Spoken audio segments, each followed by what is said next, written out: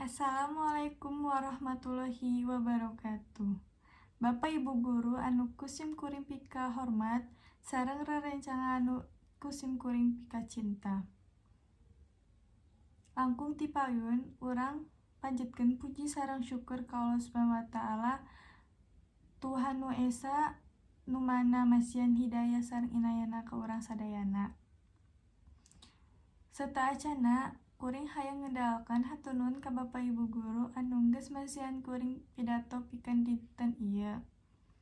Dina waktos ieu kuring hayang ngajelaskeun tentang kode jeung qadar. Kode jeung qadar sareng manfaatna. Di antara tiasa nguatkeun keimanan sareng ketakwaan Allah Subhanahu wa taala. Kode jeung qadar ieu teh tiasa numbuhkeun ketaguhan hate sareng kesabaran urang salami urang hirup di dunia. Masalah atawa rintangan naon wae anu aya di hirup urang teh mangrupakeun katetapan ti Allah nu Maha Suci. Janten urang teh kedah tawakal di segala rupina. Eta oge tos aya izin ti Allah Subhanahu wa taala.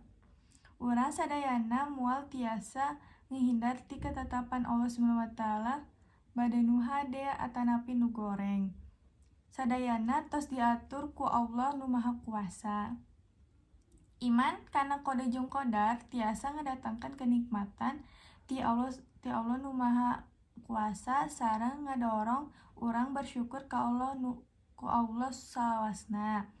Panginten dicekapkan heula dugi ka dieu pidato disim kuring upami aya cariosan anu teu marenah di hate abdi nedah dihampunten.